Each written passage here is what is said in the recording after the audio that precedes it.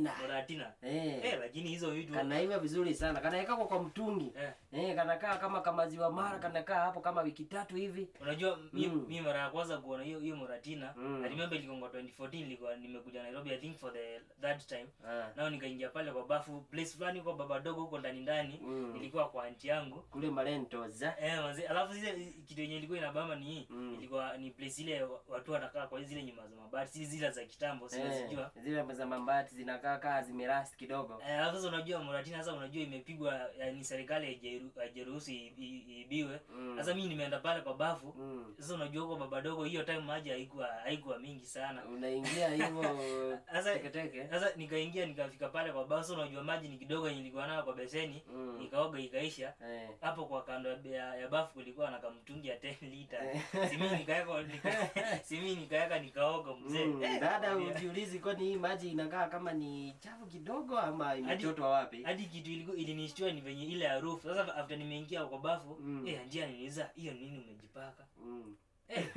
Kidogo nasikia huyo mwenye hiyo pombe anakuja huko, anasumbua bwana. Sasa ikabidi anti yangu amemlipa. Sasa unasema watu wa mlima ndio wanapiga hizo vitu sana. Mlima lazima kuwe na hiyo kitu. Muratina nayo ni mingi sana. Na Muratina ambayo haitoi pop sound. Si Muratina. Kwani zinafaa kutoa pop sound? Kamtungi kanafaa kajae, alafu kafule. Kuna ka design huwa kanafula vizuri. Kwa mtungu kanavimba. Kanakaa kama ni kamandazi. That's why ikiwa imefula hivyo unajua imeiva. Iko safi, iko deadly. Na tunagoga vizuri sana. Na inakulewesha vibaya sana.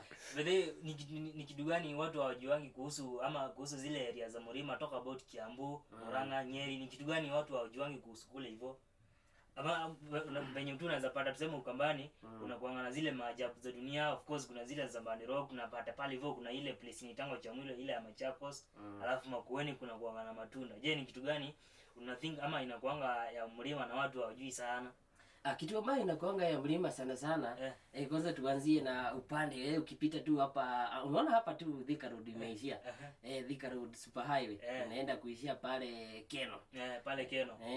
Unaingia hivi kama unaingia Murang'a sasa county vizuri sana ndani.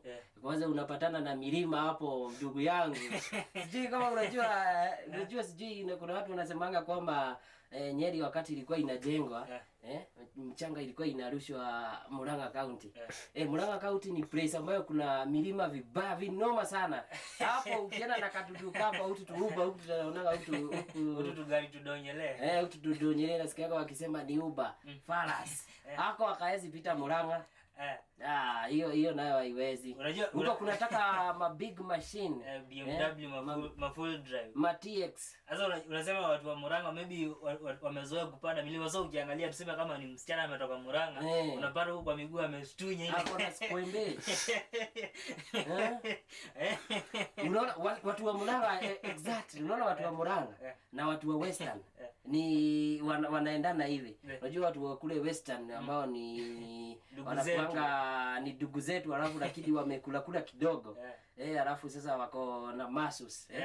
Lakini watu wa kule Murang'a, huyo ni mtu anaweza kugonga kofi vibaya sana. Unajua ni kupanda milima, unajua kama unaenda shule, alikuwa anaenda shule kilomita kama 6 hivi. Ukisimama pale juu, unaona tu huko tule lakini kuna mabonde na mamilima. Huko kote utapitia bado ukienda kusoma. Ukienda kusoma. Lakini masomo inakuwa ngumu. Wewe unasikia kuna hiyo wenye unasema hiyo point, kuna lecturer fulani when I used to be in campus alikuwa anasema watu wa Murang'a ni mtu tu anaweza kupiga, alafu alikuwa anasema Wakikuyu kuongeza supu kwa maji ni mtu tu anaweza pika waru moja alafu aweke supu ya 10 liters. Hiyo leo ni ukweli ya wapi wewe? Si unaona hata sivikiona ione sasa.